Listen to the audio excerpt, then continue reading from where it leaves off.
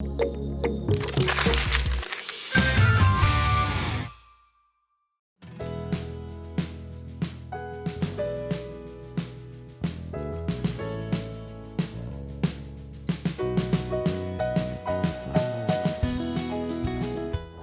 прывітання! Вы на ладным перакладзе добрага канала. І мы працягваем наше захапляльнае моўнае турнэ па роднай Беларусі. Мы з вами у Лепелі.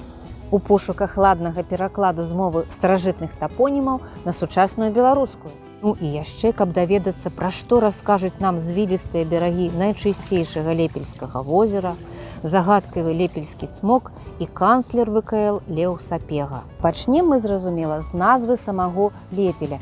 Першы пісьмовы ўспамін датуецца 1439 годам. У той час на выспе Лепельскага возера знаходзілася вёска і маёнтак стары Лепель. Але паселішчы тут з'явіліся нашмат раней. Археолагі знайшлі стаянкі, якія датуюцца 6 і нават 9 тысячагоддзямі да нашай эры.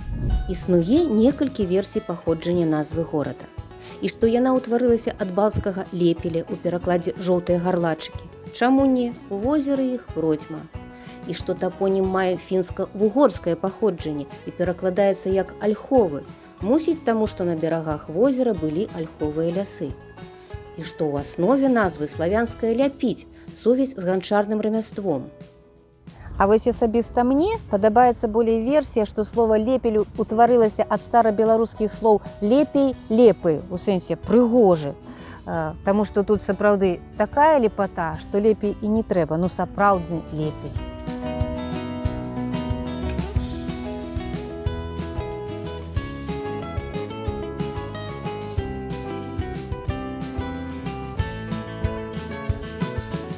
А яшчэ тут з 2010 года стаіць першы ў Беларусі помнік канцлеру Вялікага княства літоўскага Льву Сапегу. Вось ён, вельмі уплывовы быў чалавек. З ім узгаднялі рашэнні каралі ды вялікія князі. У канцы 16 стагоддзя ён набыў гэтыя землі і заснаваў на паўднёвым беразе Лепельскага возера мястэчка Новы Лепель, якое неўзабаве стала моцным гандлёвым і культурным цэнтрам усяго краю. Фактычна цяперашні Лепель з'явіўся менавіта дзякуючы Льву Сапегу, таму помнік яму вельмі дарэчны тут. І вось мы набліжаемся да знакамітага лепельскага цмока. Вось ён там наперадзе. Хвалююся, таму што відавочна, што цмок і смауг, ну, дракон сказкі Толкіна, маюць адзіны, дарэчы, гістарычна вельмі старадаўні корань.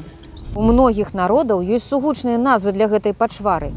І калі лепельскі цмок такі ж жудасны, як смауг, то як бы не скамянець са страху. А вось і ён, гляньце, ну зусім жа не страшны, а нават вельмі сімпатычны. Цмокі, табе няшачка ты наша. Гэта таму ён такі, мабыць, што на Беларусі традыцыйна да цмокаў ставіліся прыязна, добразычліва, лічылі іх абаронцамі, што жывуць у вадзе. Лепельскі цмок – персанаж беларускай міфалогіі. Менавіта яго апісаў Владзімір Караткевіч у сваім рамане «Хрыстос прызямліўся ў гародні». Адліўка менавіта гэтай кнігі месціцца тут жа ля лепельскага цмока. Выглядам той цмок быў як звер фока, цюлень, значыцца. Але даўжэй за яго куды.